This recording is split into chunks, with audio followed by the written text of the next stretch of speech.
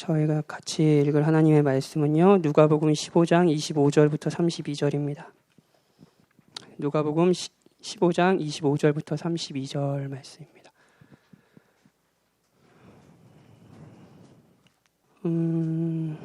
25절부터 32절 말씀이고요. 누가복음 15장 25절부터 32절이고요. 제가 쭉 읽고 31절, 32절을 제가 처음부터 끝까지 읽고요. 31절, 32절을 우리 같이 한번 읽죠. 하나님의 말씀을 들으십시오. 마다들은 밭에 있다가 돌아와 집에 가까이 왔을 때에 풍악과 춤추는 소리를 듣고 한 종을 불러 이 무슨 일인가 물은데 대답하되 당신의 동생이 돌아왔음에 당신의 아버지가 건강한 그를 다시 맞아들이게 됨으로 인하여 살찐 송아지를 잡았나이다 하니 그가 노하여 들어가고자 하지 아니하거늘 아버지가 나와서 권한대 아버지께 대답하여 이르되 내가 여러 해 아버지를 섬겨 명을 어김이 없거늘 내게는 염소 새끼라도 주어 나와 내 벗으로 즐기게 하신 일이 없더니 아버지의 살림을 창녀들과 함께 삼켜버린 이 아들이 돌아오매 이를 위하여 살찐 송아지를 잡으셨나이다. 아버지가 이르되 예 너는 항상 나와 함께 있으니 내 것이 다 내 것이로되 이 내 동생은 죽었다가 살아났으며 내가 잃었다가 얻었기로 우리가 즐거워하고 기뻐하는 것이 마땅하다 아니라. 아멘. 31절 32절 같이 읽죠. 아버지가 이르되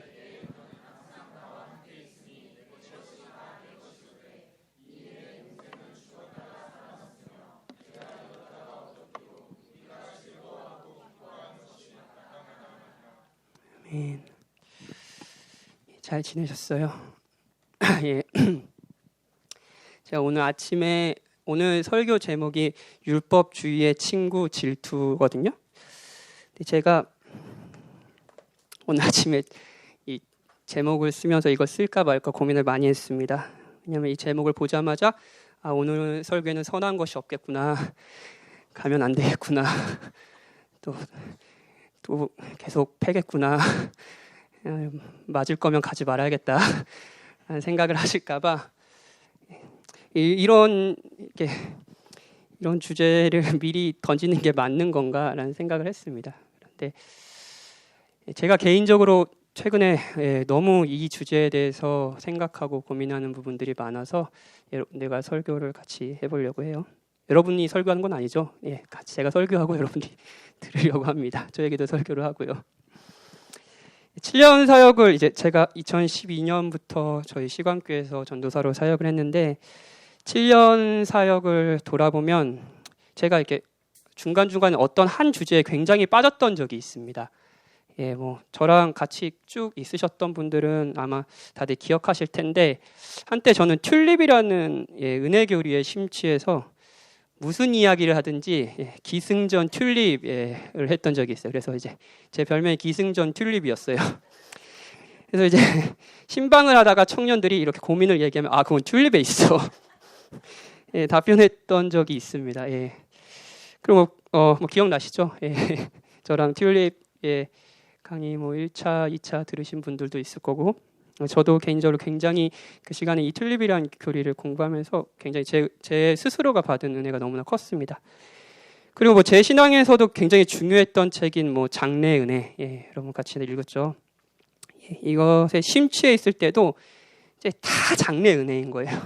넌 장래 은혜에 대한 소망이 없기 때문이야, 막 이러면서 너희 율법주의, 막 이러면서 이런 그 채무자의 윤리에 빠져 있는 놈, 막 이러면서 이런 얘기를 다 얘기를 했어요. 그랬던 제가 최근에 심취해 있는 주제가 있습니다. 무엇일 것 같아요? 당연히 제목에 있겠죠. 예, 율법주의입니다. 예, 그러니까 지난 사경회에서부터 온전한 그리스도. 사실은 제가 이미 읽었었던 책이었고 읽으면서도 맞아라는 식으로 받아들였던 진리였는데. 그 사경의 시간을 통해서 제가 그 율법주의와 복음에 대해서 충분히 알고 있었지만 체화하지 못했구나라는 걸 많이 느꼈던 시간이었습니다. 그리고 사도행전 20장 바울의 에베소서 장로들을 향한 설교, 그리고 지난 오후 예배 설교까지 목회자가 싫어질 때 이 시간을 쭉 하나님의 제걸 저를 먹이셨어요. 그래서 저는 제 안에 있는 율법주의, 그냥 안에 있다고 표현하기는 조금 약한 것 같아요. 그냥 제 안에 완전히 체화되어 있어서 그냥 율법주의가 저고 제가 율법주의 같은 느낌을 받았습니다. 그리고 오랫동안 내가 신자인데도 괴로웠던 이유, 신앙생활을 하면서도 큰 기쁨과 자유함이 없었던 이유가 바로 이 율법주의에 있다는 것을 최근에 많이 생각하고 있어요. 그래서 오늘은 율법주의에 대해서 다뤄볼 겁니다. 간단하게 율법주의를 정의해 볼까요? 예. 인간은 기본적으로 자신이 꽤 괜찮은 사람이라는 걸 인정받고 싶은 욕구가 있습니다. 그렇죠? 저 인정받고 싶어요. 누구나 그래요. 근데 인간이 가장 괴로워하는 것은 자신이 형편없는 인간이라는 것을 발견했을 때겠죠. 당연히 그러면 그렇죠. 그리고 이 꽤 괜찮은 인간이라는 것을 인정받고 싶은 욕구는 자신이 무엇을 성취함으로 이뤄간다라고 생각하는 것, 이것이 율법주의입니다. 다시 한번 말씀드리면 자신이 뭔가를 성취함으로 괜찮은 인간이라는 것을 증명해내고 인정받고자 하는 모든 노력, 행동, 마음가짐 이런 것들을 율법주의라고 해요. 이건 사실 저와 여러분의 삶을 지배하고 있는 생각입니다. 그리고 성경에서 죄라고 말하는 것도 이 율법주의와 아주 긴밀하게 연결되어 있어요. 예를 들어 교만도 율법주의의 친구입니다. 내가 꽤 괜찮은 사람이라는 자기 기준이 있어요. 난 괜찮은 사람이에요. 나이스한 사람. 예. 근데 자기 기준에 맞게 무엇인가를 성취하고 있을 때, 내가 그 기준에 맞게 괜찮은 인간이라고 생각할 때 인간은 우월감과 자부심을 느끼겠죠. 그렇죠? 그리고 이것을 표현할 겁니다. 조금 사회화가 덜 된 사람들, 이제 사람을 많이 못 만나본 거예요. 대화도 많이 못 해봤고, 이런 사람은 조금 미숙한 방법으로 이 교만이 드러나기도 합니다. 그냥 대놓고 자랑하는 거예요. 예. 그래서 주변 사람들이 그 사람만 이야기하면 눈살을 이제 찌푸리고, 그리고 아니면 주변 사람들이 별로 없는 거예요. 왜냐하면 모든 사람은 인정받고 싶은 욕구가 있어서 자기를 자랑하며 드러내는 사람에게 불쾌감을 느끼거든요. 예. 나도 자랑하고 싶은데 제가 자랑하고 있는 거예요. 그래서 이제 불쾌한 거죠. 그런데 이렇게 사회화가 덜 돼서 미숙한 방법으로 자신의 교만을 드러내는 사람뿐만 아니라 사회화가 잘 된 사람, 그래서 주변에 사람들이 많고 친구들이 많지만 이 사람이 교만하지 않느냐, 그것도 아닙니다. 사회화가 잘 된 사람도 교만이 있습니다. 오히려 이것을 잘 감추면서 사람들이 기분 나쁘지 않게 표현합니다. 제가 요즘 교묘하게, 제가 오늘 제 무덤을 굉장히 많이 팔 겁니다. 제가 요즘 교묘하게 저를 자랑하는 방법이 뭔지 아세요? 저는 사회화가 됐거든요, 좀. 대놓고 자랑하지 않습니다. 육아를 하면 힘든 이야기를 하는 겁니다. 밤에 잠을 못 자는 일, 아기를 데리고 엄마 없이 혼자서 강릉에 다녀와서 얼마나 힘들었는지, 이런 것들을 이제 이야기를 쭉 해요. 내가 얼마나 힘들었니 예찬아, 그러면서 막 얘기를 해요. 그럼 이런 이야기를 하는 제 안에 있는 심리적 기저에 뭐가 있냐면, 나는 꽤 괜찮은 아빠야. 어때? 이야기 들어보니까 맞지? 네. 이제 아기 얘기도 못할 것 같아요. 사회화가 잘 된 사람도 자기의 교만을 절제하지 못합니다. 사람들이 불쾌하지 않게 표현하는 법을 알 뿐이에요. 교만이 율법주의의 그 친구인 것 같이 그 반대인 열등감도 율법주의의 친구입니다. 우리는 교만한 사람과 열등감, 맨날 자기 비하하고 이런 사람들과 완전히 상극이라고 생각하잖아요. 근데 이것도 율법주의와 연결되어 있습니다. 내가 꽤 괜찮은 사람이고 싶은데 나는 그 기준에 맞게 무엇인가 성취하지 못할 때 그 기준이 아닌 거예요. 내가 여기 있어요. 그러면 이제 열등감을 갖는 거죠. 오늘 제 무덤을 많이 판다 그랬죠. 율법주의와 연결되어 있는 열등감도 이런 겁니다. 저에게 괜찮은 목회자라는 기준이 있어요. 괜찮은 목회자. 설교도 잘하고 신방도 잘하고 사역을 통해 많은 사람들을 회심하고 성화시키고 그러는 거예요. 그리고 굉장히 헌신적으로 사역하는 거예요. 그런데 현실의 제 모습은 그 기준에 한참 모자른 것처럼 보이는 거예요. 기준에 맞게 뭔가를 성취하지 못하고 있다고 느낄 때 열등감에 빠진 사역자가 등장하는 거죠. 제가 이런 말을 한번 해봤다고 생각해 보십시오. 저는 좋은 설교자가 아닙니다. 사실인데 이 말이 어찌 보면 꽤 겸손하게 들릴지 모릅니다. 그런데 이 말에는 율법주의의 친구인 열등감이 꿈틀대고 있습니다. 좋은 설교자이고 싶은 자기 기준이 있지만 그것에 도달하지 못하는 자신에게 화가 나는 거예요. 오늘 설교하고 오늘 제가 이제 설교를 하고 무슨 말을 하고 다녀야 될지 모르겠는데 무슨 말을 하더라도 저 열등감 하면서 저 율법주의 이렇게 얘기할 것 같은데 대원아 그러지 말아라. 아무튼 쭉 해보겠습니다. 율법주의와 많은 것이 죄가 연결되어 있다고 하는데 원망도, 외식적인 거짓말도, 미래에 대한 근심도, 자기 주장이 강한 것도, 승부욕도, 우울도 율법주의와 연결되어 있습니다.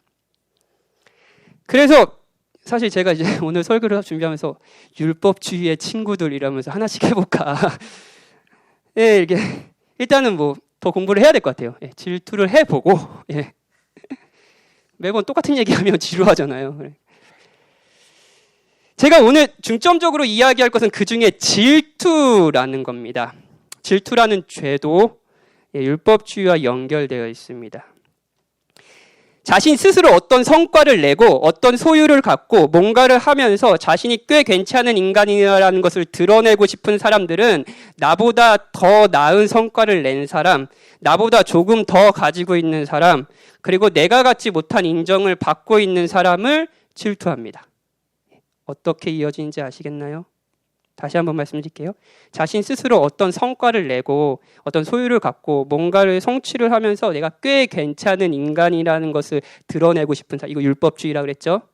그렇다면 이런 사람은 자기보다 더 가지고 있는 사람, 아니면 저 사람은 나보다 덜 가져야 될 것 같은데 더 가졌다고 생각하는 사람, 그리고 나보다 인정받는 사람을 가만히 보지 못합니다.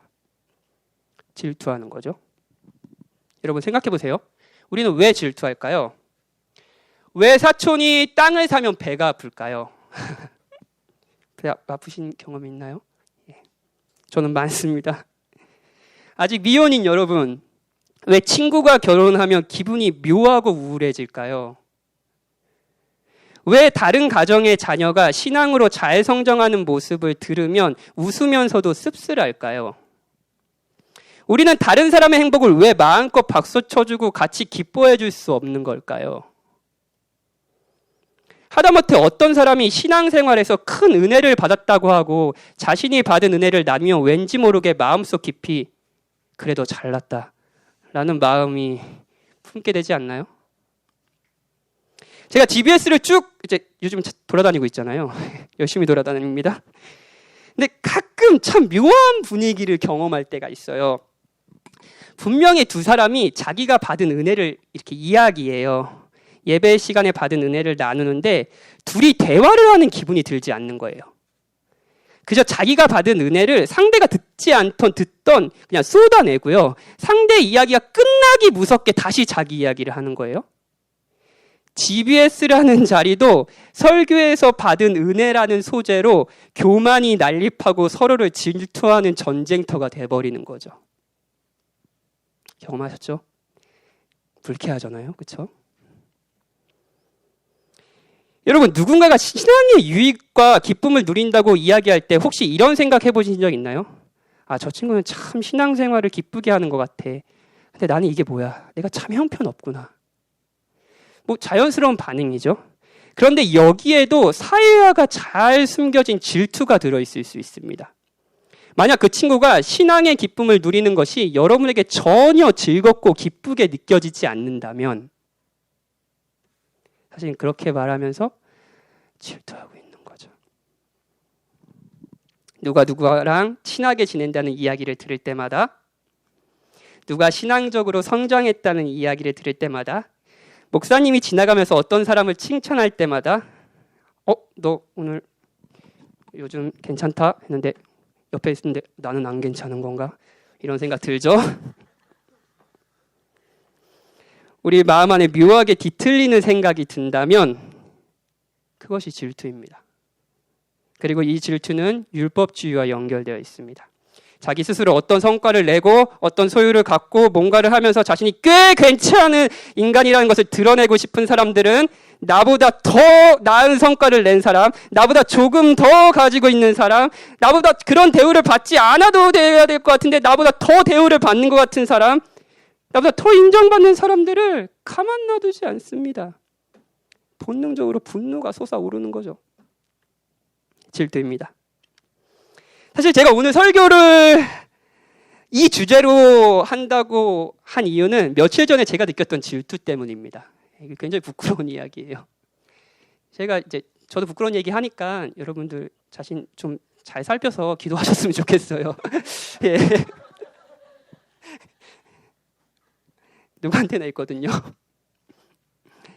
예, 신대원 다닐 때 이제 동기인 친구, 근데 이제 가깝지는 않았어요. 왜냐하면 서로 교만하기 때문에 이렇게 쟤는 친하게 지내지 말자, 뭐 이렇게 걔도 그렇겠죠. 예.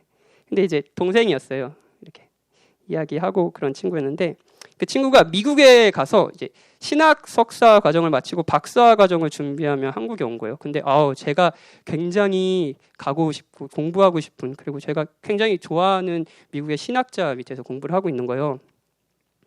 그리고 이제 한국에 이제 박사학위를 준비한다면서 한국에 왔는데 제가 또 이제 구약학 쪽에서 제 모교의 교수님 중에 가장 사랑하는 그 교수님과 이제 그 친구가 사진을 찍고 내 제자 이렇게 막 그 교수님이 내 제자가 이렇게 공부하고 있다 하면서 뭐 한국에 왔는데 뭐 한국 교회에 기여할 수재 막 이런 말들을 이렇게 SNS에 올리신 거예요. 그래서 막 목사님 셀카 찍으시고 그 책도 줬다는 거 막 기증하는 걸 보여주시고 그때 마음속 깊은 곳에서 올라오는 빡침이 있었겠죠.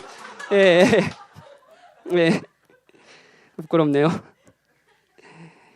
그 친구를 향한 온갖 비난의 말이 막 머릿속에 떠올랐습니다. 걔 신대원 다닐 때 공부도 안 하고 개혁신학도 모르고 뭐 튤립 이런 것도 모르고 뭐 지가 무슨 일이면서 SNS를 껐습니다. 예. 저는 왜 이제 교제도 안 하고 별로 연관도 없는 그 친구에게 질투라는 분노를 느꼈을까요? 그냥 핸드폰 보고 있다가 그 친구에 비해 더 나은 사람이라고 인정받고 싶은 욕구가 아닐까요? 그리고 그간의 성과와 지위에 비해 내가 가진 지위와 성과가 초라하다는 생각 때문에 질투한 것은 아닐까요? 질투는 율법주의와 연결되어 있습니다. 본문을 통해 한번 살펴보죠. 본문은 워낙 유명한 비유이기 때문에 자세히 설명하지는 않겠습니다. 작년에 이제 목사님께서 한 아버지의 이야기라는 제목으로 비유에 대해서 잘 설교하셨죠. 뭐 자세히 또 그 설교를 할 필요는 없을 것 같고요. 그 대신 오늘은 첫째 아들의 질투에 초점을 맞춰 비유를 한번 살펴보도록 합시다. 일단 예수님께서 이 비유를 하신 1차 청중을 살펴봅시다. 13장 1절부터 3절에 나와 있습니다. 1절, 모든 세리와 죄인들이 말씀을 들으러 예수님이 가까이 왔습니다. 많이들 아시다시피 세리는 그 당시에 가장 대표적인 모든 유대인들이 싫어하는 죄인이었습니다. 그런데 그들을 예수님께서 받아주시고 계신 거예요. 그러니 2절에서 바리새인과 서기관들이 이것을 불쾌히 여겼습니다. 왜냐하면 이들은 세리와 달리 그 당시 사회적으로 가장 존경받는 신앙인들이었기 때문입니다. 이런 그림이에요. 교회에 사회적으로 이슈가 될 심각한 범죄를 저질렀지만 처벌을 받지 않은 사람이 예배를 드리러 이 앞에 앉아 있는 거예요. 그러니까 장로님들이 난리가 났습니다.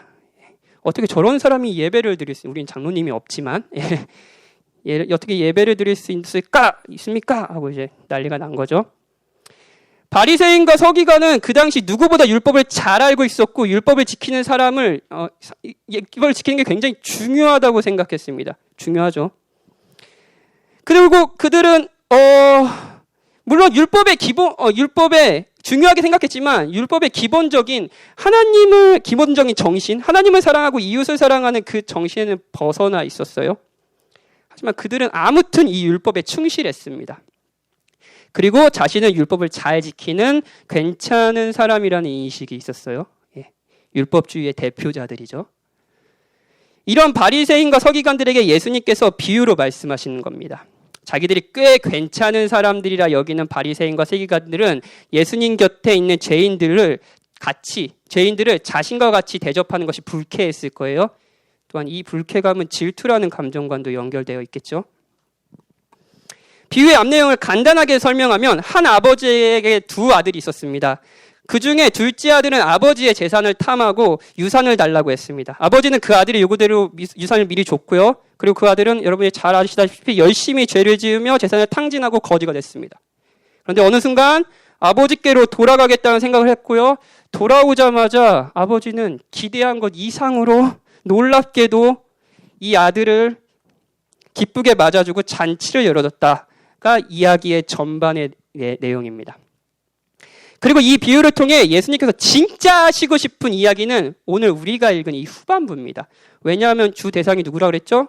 세리인가요? 바리새인과 서기관이랬죠? 이들을 상징하는 첫 번째 아들이 이제 등장하는 거예요. 우리가 같이 읽은 본문에 등장하는 거예요. 자, 25절. 맏아들이 밭에 있다가 돌아와 보니 집에 자신도 모르는 잔치가 벌어지고 있었습니다. 그래서 종을 불러 무슨 일인가 묻자 종이 이렇게 답변합니다. 27절. 당신의 동생이 돌아오매 당신의 아버지가 건강하게 그를 다시 맞아들이게 되므로 살찐 송아지를 잡았나이다. 예수님께서는 아주 의도적으로 맏아들에게 동생을 그냥 동생 이렇게 얘기하지 않고 당신의 동생이라고 말하고 아버지를 당신의 아버지라고 호칭합니다. 돌아온 동생과 아버지는 맏아들에게 타인이 아니에요. 당신의 동생, 당신의 동생입니다. 그러니까 지금 벌어지고 있는 앞에 전반의 이야기는 이 맏아들과 무관한 타인 간의 뭐 이렇게 극적인 사랑의 이야기 이런 게 아니라 맏아들이 자기 사람들이라고 여겨야 할 두 사람 사이에서 벌어지는 이야기예요. 그렇다면 마땅한 반응은 자기 사람들의 이 기쁨에 동참하여 함께하는 것이겠죠. 그런데 맏아들의 반응이 묘합니다. 28절. 그가 노하여 들어가고자 하지 아니하거늘 자기 아버지가 자신의 동생을 받아주고 기뻐하는 모습에 이 아들은 화가 났습니다. 그래서 들어가지 않았어요. 제가 아들의 이 반응이 묘하다고 했는데 묘한가요? 아닙니다. 우리에게 아주 익숙한 반응입니다. 친구의 결혼식을 보며 묘하게 드는 감정, 남편이 믿음이 좋고 아들을 잘 섬기는 누구누구의 가정을 보며 GBS에서 은혜를 받았다고 말하는 사람들의 이야기를 들으며 제가 SNS에서 동기와 교수님의 사진을 보며 느꼈던 감정도 이 맏아들이 느꼈던 감정과 크게 다르지 않습니다. 마음속에 팍 분노가 일어나는 거예요. 질투. 맏아들이 왜 화가 났는지 그 마음을 살펴보면 우리는 왜 질투를 하는가 알 수 있습니다. 여러분과 제가 왜 질투를 하는가요? 처음 말씀드렸듯이 맏아들의 마음에는 율법주의가 도사리고 있습니다. 율법주의는 내가 어떤 성과를 내므로써 자신의 존재가 증명된다는 생각을 하는 모든 경향이라 그랬죠. 첫째 아들은 아버지를 떠나지 않았습니다. 둘째 아들과 달리요. 그리고 첫째 아들은 아버지 곁에서 열심히 일을 했습니다. 둘째 아들과 달리요. 그리고 아버지를 떠나지 않은 것도 아버지 곁에서 열심히 일을 한 것도 그에게는 성과가 되어 있어요. 자신이 꽤 괜찮은 아들인 거예요. 그런데 자기가 보기엔 괜찮지 않은 놈이 와서 나와 같은 대접, 아니 그 이상의 대접을 받는 것처럼 보이는 겁니다. 아버지는 아버지 곁에서 열심히 일했던 나를 위해서는 단 한 번도 잔치를 열어주지 않으셨는데 아버지 재산을 다 탕진하고 온 저놈을 위해서 잔치를 열어주는 거예요. 29절. 내가 여러 해 아버지를 섬겨 명을 어김이 없거늘 내게는 염소라도 주어 나와 내 벗으로 즐기게 하신 일이 없더니 아버지의 살림을 창녀들과 함께 삼켜버린 이 아들이 돌아오매 이를 위하여 살찐 송아지를 잡으셨나이다.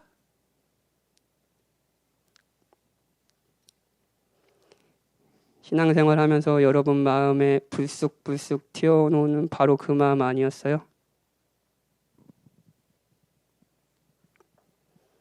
열심히 교회를 다니고 비교적 교회에서도 아무런 문제도 일으키지 않고 나이스한 신앙생활을 한 내가 있습니다.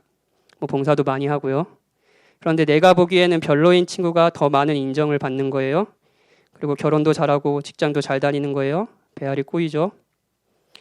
스스로 어떤 성과를 내고 어떤 소유를 갖고 뭔가를 하면서 자신이 꽤 괜찮은 인간이라는 것을 드러내고 싶은 사람들은 나보다 더 나은 성과를 낸 사람, 나보다 조금 더 가지고 있는 사람, 그리고 내가 갖지 못한 인정을 받는 사람을 질투한다고 했죠.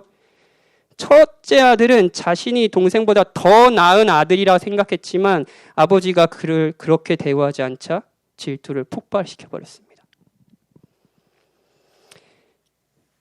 맏아들이 품었던 마음은 성경 전반에 등장하는 죄입니다. 인류의 첫 번째 살인 한번 생각해 볼까요? 가인과 아벨의 이야기죠. 형 가인은 동생과 같이 제사를 드렸는데 하나님께서 자신의 제사를 받지 않으시고 동생의 제사는 받자 오늘 비유의 첫째 아들과 같은 반응을 합니다. 창세기 4장 5절이에요.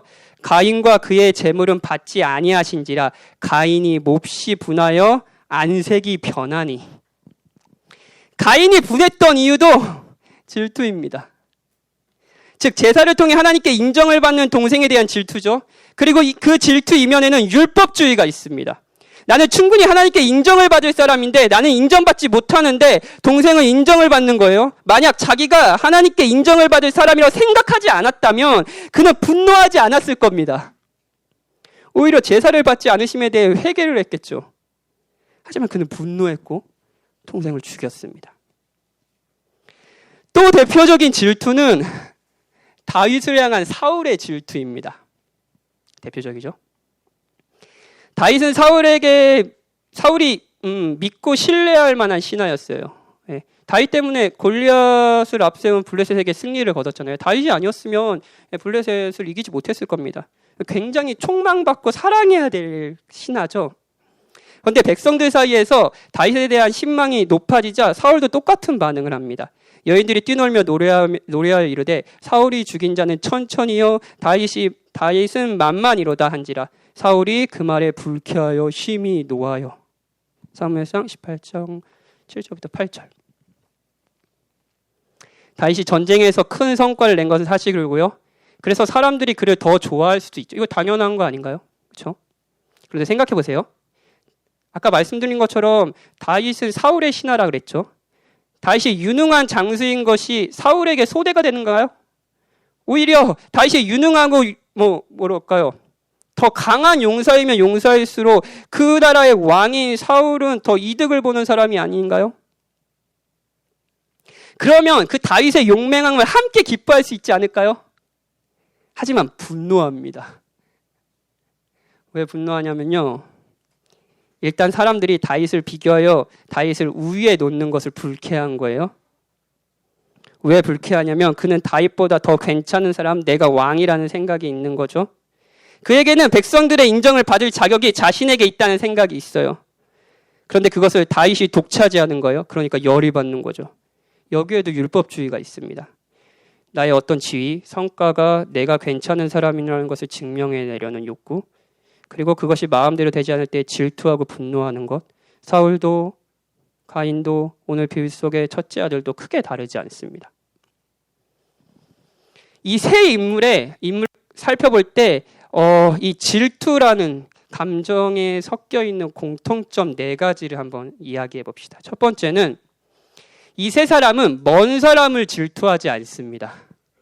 주로 우리라고 여겨야 할 사람을 질투했어요. 비유 속 첫째 아들은 당신의 동생이라고 불러야 하는 동생을 질투했습니다. 동생은 첫째 아들이 마땅히 자신의 사람으로 생각해야 될 사람이었어요. 가인은 어떤가요? 가인이 질투하는 사람도 역시 동생입니다. 사울이 질투하는 사람은 자신의 충성스러운 신하였습니다. 모두 우리라고 여겨야 할, 호칭할, 마땅히 사랑하고 서로를 존중하고 높여줘야 될 사람들이었어요. 우리의 질투의 대상을 생각해 볼까요? 정우성 질투하신 분. 정우성 부르면 막 분노가 오르나요? 저 잘생긴 놈. 아니면 뭐 대통령 질투하시나요? 질투한 대상, 분노가 확 오르는 회사 동료, 엄마 친구 아들, 같은 GBS 조원, 친척, 사랑한다고 생각하고 친하게 지내지만 뭔가 중요할 때 소통이 되지 않아 약간의 벽을 둔 채 관계를 맺고 있는 친구.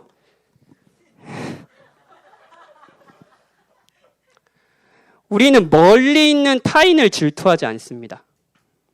오히려 타인이 아닌 바로 우리의 사람을 질투함으로 타인으로 만들어버리는 거예요. 우리라고 여겨야 될 사람을 질투해 부름으로써요. 그 사람을 타인으로 만들어버리는 거죠. 다시 율법주의를 생각해 봅시다. 자신의 뭔가로 자신의 존재 자체를 증명하려는 생각, 이 생각에 사무쳐져 사는 사람들에겐 여러분 이거 진짜 기억하십시오. 동료는 없습니다. 자신이 뭔가로 자신의 존재 자체를 증명해내고 내가 괜찮은 사람이야. 내가 꽤 나이스해. 라는 것을 증명해내려고 안간힘을 쓰며 살아가는 사람들에겐 동료란 없어요. 그저 주변에 여러 경쟁자만 존재할 뿐이죠. 목회자들의 세계를 이야기해 볼까요? 만약 우리 교회에 있는 목회자들 4명이 자신이 가지고 있는 뭔가로 자신의 존재, 내가 꽤 괜찮은 목회자야라는 것을 증명하는 데 치중하는 목회를 한다면 4명의 목회자는 함께 싸우고 협력해야 될 전우가 아니라 서로에게 총질을 하는 경쟁자가 되어버릴 겁니다. 율법주의는 여러분이 사랑해야 될 사람을 빼앗아가고요. 그 사람을 경쟁자, 질투의 대상을 여러분의 옆에 둡니다. 새 인물의 두 번째 공통적인 특징은 자기가 이런 대접을 받으면 안 된다고 생각하기 때문에 질투한다는 겁니다. 다시 한번 말씀드릴게요. 세 사람의 공통적인 특징은 자기가 이런 대접을 받으면 안 된다고 생각하기 때문에 질투한다는 거예요. 첫째 아들은 당연하죠. 자신은 아버지 곁에 있는 좋은 아들이라는 자기 인식이 없었다면 만약에 그가 아버지가 동생을 맞아주시고 기뻐했을 때 질투를 했을까요? 아닙니다. 만약에 자기도 첫째 아들도 아버지의 은혜에 의해서 아버지 곁에 있다는 생각으로 막 가득 채워져 있다면 나도 이 아버지의 사랑을 받을 자격이 없고 그냥 아버지의 선하심을 누리고 있을 뿐이다라는 생각이 들었다면, 그렇게 자기를 인식하고 있다면 둘째 아들을 질투했을까요? 아닙니다. 그는 괜찮은 아들이라는 자기 생각이 있었고 그래서 괜찮지 않은 아들과 같은 취급과 대우를 받는 것에 분노를 한 겁니다. 자기가 좋은 아들이라고 생각한 첫째 아들이 아버지에게 기대한 반응은 둘째 아들을 받아주시지 않고 이렇게 말씀하는 거예요. 너는 나를 버리고 내 재산을 탕진했다. 그래서 나는 너를 받아줄 수 없다. 너를 내 곁을 항상 지켰던 내 형과 같이 대접할 수 없다. 형이 너보다 더 나은 내 아들이다. 이렇게 얘기를 바래줬던 거죠, 아버지가. 그런데 아버지는 그렇게 반응하지 않았고요. 첫째 아들은 자기가 이런 대접을 받으면 안 된다고 생각하기에 동생을 질투했습니다. 가인도 마찬가지입니다. 가인이 제사를 드렸는데 하나님께서 제사를 받아주시지 않았을 때 옳은 반응은 무엇일까요? 왜 하나님께서 자기의 제사를 받아주시지 않았는지 자기의 마음을 살피고 한편으로 회개하는 것이었습니다. 왜냐하면 히브리서를 살펴보면 가인의 제사를 받지 않으시고 아벨의 제사를 받으신 것이 아벨이 믿음으로 하나님께 드렸기 때문이라고 얘기하기 때문이에요. 믿음의 문제였기 때문입니다. 그런데 가인은 자신의 마음을 살피기보다는 제사를 받지 않으시는 하나님께 분노하며 동시에 자신과 다르게 하나님께서 제사를 받아주시는 아벨을 질투하고요, 죽였습니다. 이 마음에도 내가 이런 대우를 받으면 안 된다라는 생각이 있는 거예요. 사울이 백성들의 신망을 받는 다윗을 질투했던 이유도 같습니다. 그는 왜 백성들이 다윗을 사랑한다 이야기할 때 그것을 있는 그대로 인정해. 맞아.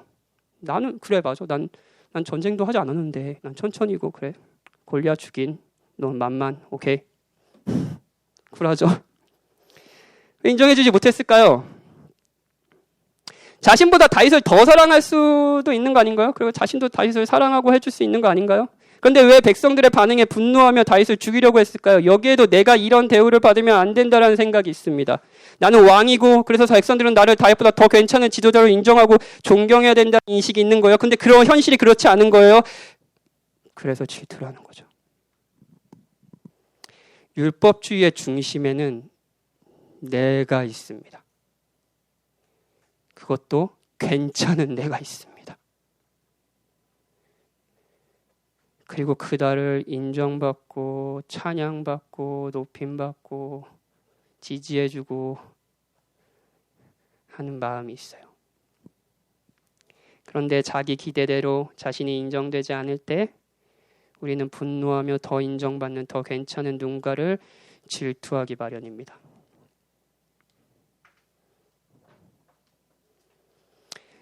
새 인물의 공통적인 특징 세 번째는 이게 가장 중요한 것일 수도 있는데요. 다 하나님과 멀어짐으로 질투를 한다는 겁니다. 물론 첫째 아들은 물리적인 거리로는 아버지 곁에 있었습니다. 그런데 정서적인 거리, 마음의 거리는 둘째 아들과 똑같이 아버지를 떠나 있었습니다. 그는 항상 아버지 곁에 있으면서도 아버지를 누리지 못했습니다. 실제로 아버지의 것이 모두 첫째 아들의 것이지만 아버지의 말씀하신 대로요. 이 아들은 그저 아버지 곁을 열심히 잘 지켜서 아버지의 유산을 받으려고 억지로 힘들게 아버지 곁을 떠나지 않았을 뿐입니다. 가인의 질투에도 하나님을 향한 제사가 시작입니다. 일반적으로 구약시대의 제사는 하나님께서 자기 백성과 만나시는 특정한 방식, 교제의 자리였어요. 그렇다면 하나님께서 가인의 제사를 받아주시지 않았다면 그와 교제하지 않았다는 이야기겠죠? 교제할 의사가 없다라는 거겠죠? 이미 가인은 하나님과 멀어져 있습니다. 사울의 질투도 그가 하나님과 멀어짐과 동시에 시작됐습니다. 하나님께서 자신을 왕으로 세우셨다는 감격에 왕이 된 사울이지만 백성들의 인정과 친송에 귀와 눈이 멀으며 하나님과 멀어졌을 때, 백성들의 인정을 따라 마음대로 제사를 집례하고자 했을 때 자기보다 더 사랑받는 다윗을 질투하며 죽이려 했습니다. 하나님과 멀어져 있는 거예요. 여러분, 질투의 핵심 안에는, 정확히는 율법주의의 핵심 안에는 하나님과 멀어지는 것이 있습니다. 여러분 안에 질투라는 감정이 일어날 때를 한번 생각해 보세요. 그때 자격 없는 자에게 한없이 베푸시고 받아주시는 선하신 하나님이라는 생각이 드시나요? 그리스도 안에서 나를 인정해 주시며 자기의 자녀라고 부르시는 하나님이 여러분의 크게 느껴지시나요? 가난한 자의 부요가 되시고 자랑할 것 없는 자에게 자랑이 되시는 하나님이 마음속 가득히 채워져 있다면 우리는 누군가가 더 가지고 있다고 해서 부러워하지도 미워하지도 않을 겁니다. 하나님 안에서 가장 좋은 것을 이미 받고 누리고 있기 때문입니다. 율법주의가 우리 삶을 지배하여 질투를 일으키고 열등감 때문에 괴롭고 교만함으로 남을 정죄할 때는 언제나 이 하나님과 멀어질 때입니다. 질투하는 새 인물의 마지막 특징은 기쁨이 없다는 겁니다.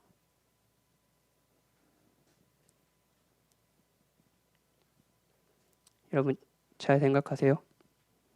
이걸 잊지 마세요. 질투, 율법주의는 우리의 삶에서 기쁨을 빼앗습니다. 첫째 아들에게 동생이 돌아왔다는 것은 충분히 기뻐할 만한 일이었습니다. 아버지를 사랑하고 동생을 사랑하고 있다면요. 하지만 첫째 아들은 이 잔치에 들어가지 않았습니다. 이 비유에서 모든 사람이 기뻐하고 있어요. 유일하게 질투하는 이 형만이 그 기쁨에 참여하지 못하고 있습니다. 가인도 마찬가지예요. 하나님께서 가인의 제사를 받지 않으셨다는 것은 진짜 슬픈 일입니다. 그런데 다행히도 가인은 혼자 있는 것이 아니었습니다. 하나님께서 제사를 받아주신 자신의 아우가 있었어요. 만약 가인이 아벨을 경쟁자로 생각하지 않고 사랑하는 동생, 동료라고 생각했다면 하나님이 자신의 제사를 받지 않으신 슬픈 현실 앞에 동생에게 도움을 청했을 수도 있고요. 교제를 했을 수도 있었습니다. 그리고 그 교제 가운데 마음을 돌이켜 하나님이 기뻐하시는 제사를 드릴 수도 있었겠죠. 가인은 아벨을 사랑했다면 충분히 기쁠 수 있었습니다. 하지만 오히려 분노했죠. 사울은 어떤가요? 사람들이 자신보다 다윗을 더 칭송하며 인정할 때 사울은 그것을 기뻐할 수 없었습니다. 모든 사람이 기뻐했어요. 근데 사울만 기뻐하지 않고 있습니다. 왜냐하면 다윗이 유능하다는 것은 자기에게도 좋은 일이기 때문에 기뻐할 수 있는 거죠. 다윗은 그에게 충성스러운 신하였다고 그랬죠. 근데 사울은 다윗을 자신의 신하로 여기지 않았습니다. 오히려 경쟁자로 여겼죠. 사울은 백성들과 함께 다윗을 기뻐할 수 있었지만 이 본문에서도 유일하게 기뻐하지 않는 인간은 질투하는 사울뿐입니다. 우리가 질투하는 상황을 생각해 볼까요? 또 부끄러운 얘기. 신대원 동기가 미국에서 석사를 무사히 잘 마치고 교수님과 정답게 사진을 찍는 모습을 저는 기뻐할 수 있었습니다. 그 사진에서도 두 사람이 웃고 있잖아요. 근데 딱 한 사람만 분노하고 있었어요. 저예요. 한 명의 목회자가 열심히 신학을 해서 하나님의 교회를 위해 사용받는다는 것은 기쁜 일이잖아요. 그런데 질투는 그 기쁨을 저에게서 빼앗아 버렸습니다. 누군가가 결혼을 해서 아름다운 가정을 이루는 것도 기쁜 일이고, 누군가의 자녀가 신앙인으로 잘 성장하는 것도 기쁜 일입니다. 그리고 어떤 사람이 회심하고 믿음을 고백하는 것도 기쁜 일이고요. 그리고 교회 안에 어떤 사람이 사람들로부터 인정을 받고 사랑을 받는 것, 이것이 분노할 일인가요? 아니에요. 기쁜 일이에요. 목사님이 지나가면서 어떤 사람에게 너 요즘에 설교 잘 됐더라. 기쁜 일이에요. 나는 설교 잘 안 듣는 거야. 이런 생각하는 게 아니라, 여러분, 질투하는 나만 그 기쁨에 참여하지 못하고 분노하고 있습니다. 잘 생각하세요. 질투는, 율법주의는 우리 삶에서 기쁨을 빼앗아가 버립니다. 여러분, 최근에 기쁘신 적 있나요? 여러분의 삶은 왜 기쁘지 않나요? 전사님, 제 삶을 들으면 기쁜 일이 전혀 없습니다. 과연 그럴까요? 문제는 이런 질투에서, 이게 정말로 여러분들 방금 누가 한숨 쉬셨는데 진짜 이 지점에서 한숨을 쉬셔야 됩니다. 이런 질투에서 우리가 스스로 벗어날 수 없다는 겁니다. 저는 오랫동안 굉장히 질투가 심각한 사람이었거든요. 사회화가 잘 된 거예요, 여러분. 기뻐하세요. 저는 오랫동안 제 안에 일어나는 질투가 정말 싫으면서도 질투를 버리지 못하고 살아가는 저를 발견했습니다. 다시 제 이야기, 아까 부끄러운 얘기로 돌아오면, 제가 계속 반복해서 이야기한다고 해서 저 굉장히 전도사님이 SNS에서 충격을 많이 받으셨나 보다 생각하면 안 됩니다. 괜찮아요? 그 일을 통해서 제가 제 안에 작동하는 질투 심리를 이제 발견해서 계속 얘기해드리는 거예요. 하여튼 SNS로 돌아가면 그 친구를 보면서 살짝 꿈틀거리는 불쾌감이 전 정말로 싫었습니다.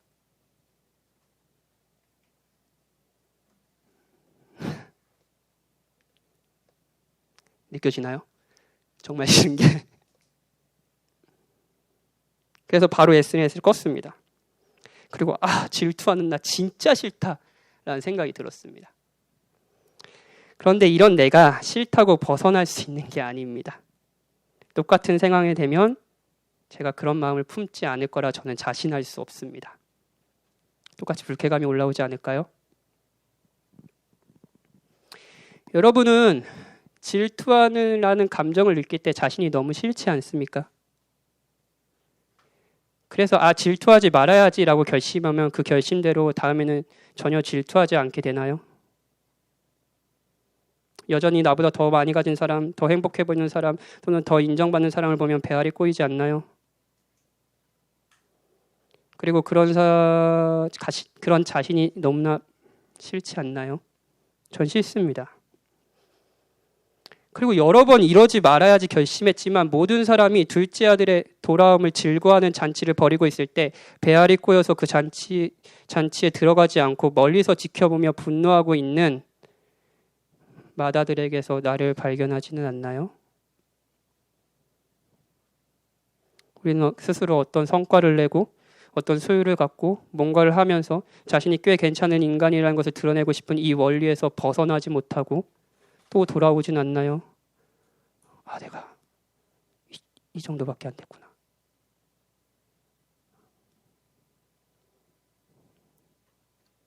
우리는 결심이 필요한 것이 아니라 구원이 필요합니다. 왜냐하면 이 문제는 우리의 결심으로 해결될 문제가 아니기 때문입니다. 그리고 놀랍게도 본문에는 복음이 있습니다. 본문에 보면 아버지는 모든 사람이 기뻐하지만 유일하게 기뻐하지 않고 잔치에 들어오지도 않을 아들을 직접 찾아 나섰습니다. 28절. 그가 노하여 들어가고자 하지 아니하거든 아버지가 나와서 권한대. 첫째 아들은 아버지를 보자마자 질투에 열폭을 했습니다. 나는 이렇게 아버지를 위해 열심히 살았는데 저놈과 저를 같은 대우를 하시다니요. 아니 나를 위해서는 염소 한 마리도 잡지 않으시더니 저놈을 위해서 살찐 송아지를 잡으시다니요. 정말 부당합니다. 그때 아버지가 하는 말을 잘 들어보십시오. 31절이에요. 아버지가 이르되 예 너는 항상 나와 함께 있으니 내 것이 다 내 것이로되. 아버지는 이렇게 이야기하고 있습니다. 열폭하고 있는 아들에게. 아들아 너는 나와 항상 함께 있었잖아. 내 모든 것이 너의 것이다. 너는 모든 것을 소유했어. 특별히 나와 함께 하지 않았니? 너는 나의 곁에 있었던 이유는 내가 열심히 일을 해서가 아니야. 넌 열심히 일을 했다고 이야기하지만 너가 열심히 일을 해서 나와 함께 있었던 것이 아니야. 너가 좋은 일꾼이었기 때문에 내 곁에 있는 것이 아니야. 나는 이미 너 말고도 많은 종들이 있어. 너가 내 곁에 있었던 이유는 내가 너를 사랑했기 때문에, 내가 너의 아버지이기 때문에 내가 너와 함께 있었고 나를 다 누릴 수 있었던 거야. 32절. 하지만 이 내 동생은 죽었다가 살아났음에 내가 잃었다가 얻었기로 우리가 즐거워하고 기뻐하는 것이 마땅하다 하니라. 그런데 얘야, 너와 다르게 너의 동생은 죽었다가 살아났어. 나를 떠났다가 다시 돌아왔어. 너처럼 내가 사랑하는 너의 동생이 돌아왔는데 나와 함께 있었던, 나의 곁에 언제나 있고 나를 누릴 수 있었던 너가 그 동생을 함께 기뻐해야 되는 것이 마땅하지 않겠니?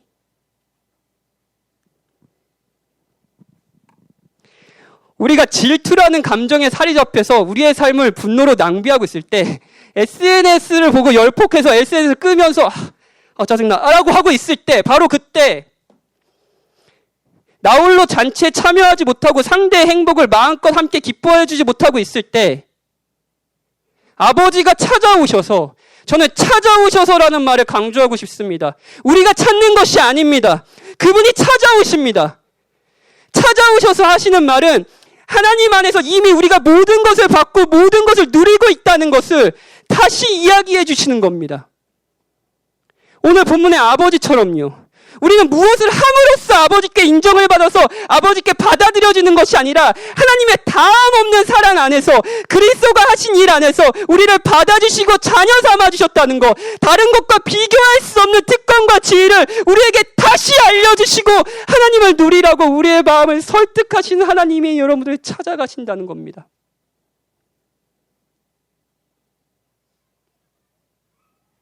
여러분, 여기에 구원이 있습니다. 지독한 질투로부터의 구원, 사람으로부터 인정받으려는 나의 깊은 열망으로부터의 구원, 나보다 더 가진 자를 계속 질투하며 괴로워하고 분노하는 것로부터의 구원은 하나님께서 이미 다 주셨다라는 안도감에서 옵니다. 하나님은 여러분이 정말 다 주셨습니다. 왜냐하면 오늘 비유를 이야기하신 그 예수님께서 우리의 죄가 되어 십자가에 죽으시고 하나님의 아들이라 칭함받을 수 없는 이 죄인들을 하나님의 아들이라 칭함받을 수 있도록 그분이 양자가 되게 하시기 위해서 부활하셨기 때문입니다. 하나님은 그리스도 안에서 여러분들에게 다 주셨습니다. 그 인정과 지위, 기쁨을 누릴 때 우리는 비로소 우리 마음 안에 꿈틀거리는 질투에서 벗어날 수 있습니다. 구원받을 수 있어요.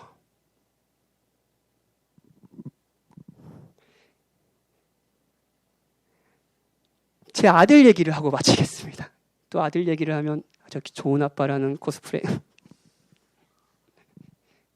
좋은 아빠인 것 같긴 한데 아닙니다. 아닙니다라도 율법주의. 예, 괴로워요. 요즘 아들이, 이한이가 아빠를 알아보기 시작했어요. 아빠를 이제 알아봅니다. 복음이죠. 이제 아비도 모르면 안 되죠. 예. 밤낮 고생하는데. 예. 그래서 장난감을 막 가지고 놀고 있어요. 그러다가 제가 퇴근해서 이하나 하고 이하나 이리 와 하면은 장난감을 버리고 저한테 달려옵니다. 장난감을 버릴 수 있는 이유는 뭘까요? 사람 장난감에 초연해질 수 있는 이유. 이게 있어도 되고 없어도 되는구나. 우리 아들은 초연하지 못한 것 같은데 아버지가 좋다라는 걸 알 때입니다. 이한이에게 박현지라는 아버지가 있을 때 이한이는 장난감을 버리고 기뻐할 수 있습니다. 여러분은 왜 기뻐할 수 있습니까?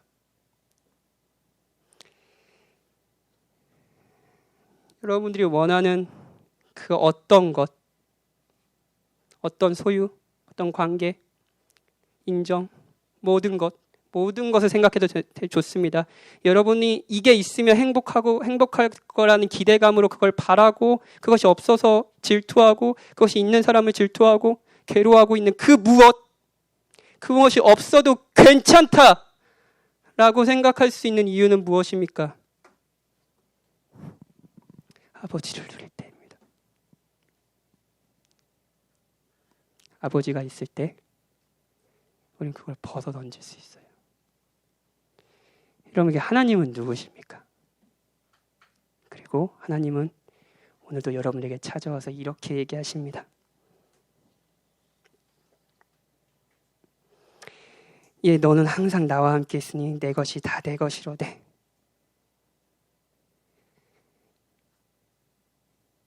이런 하나님 안에서 여러분들의 기쁨을 누리십시오. 여기에 구원이 있습니다. 같이 기도합시다. 같이 기도합시다. 같이 기도합시다. 같이 기도합시다. 같이 기도합시다. 같이 기도합시다.